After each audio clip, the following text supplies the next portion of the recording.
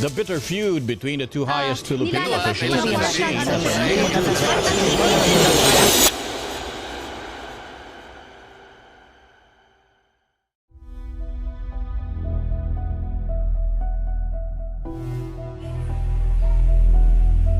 Kailan ba talaga nagiging makabuluhan ang isang boto? Kapag ito ba ay basta ibinibigay? O kapag ito ay pinag-iisipan? Nagsimula ang issue ng mapanagutang at may kaalamang pagboto noong unang bahagi ng dekada 1980 bilang tugon sa malawakang katiwalian, pandaraya at karahasan sa halalan noong panahon ng post-martial law.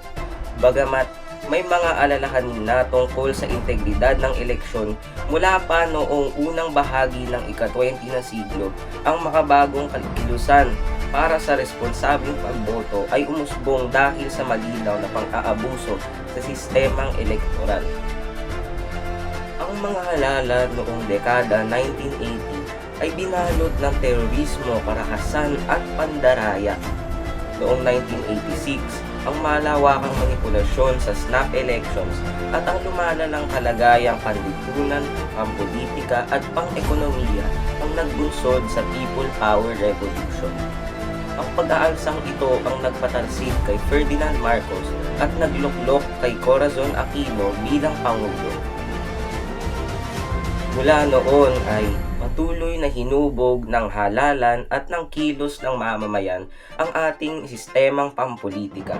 Gaya ng naranasan muli sa EDSA 2 noong 2001, ipinapakita ng kasaysayang ito na ang halalan ay hindi lamang isang proseso, kundi isang makapangyarihang sandata ng mamamayan. Sa pamamagitan ng mas matatalino at mas mapanagutang botante, inaasahang magsisilbi ang eleksyon bilang malinaw na daan tungo sa tunay na demokratikong pamamahala. Sa Pilipinas, ang demokrasya ay umaasa sa aktibong paglaho ng mamamayan. Maraming kabataan ang nakikita na ang pagboto ay para lamang sa matatanda. Ngunit, hindi ito totoo. Ang pagboto ay hindi lamang isang karapatan. Ito ay isang responsibilidad. Bilang kabataan, kahit hindi pa tayo botante ngayon, tayo ang susunod na tagapagpasya ng kinabukasan ng bansa. Kaya, mahalaga na maaga pa lang natututo na tayo ng mapanagutang pagboto. Ang mapanagutang pagboto ay hindi lamang karapatan, kundi responsibilidad na umaabot sa kabataan at komunidad na siyang pundasyon ng bansa.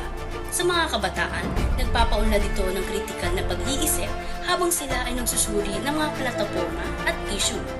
Nadarama nila ang kanilang papel bilang mamamayan, nakakakuha ng boses at nakakakuha ng pagkakilala. Sa komunidad, ito ay sandata para sa katarungan at pagkakapantay-pantay dahil tinitiyak na ang mga pinuno ay naglilingkod sa lahat.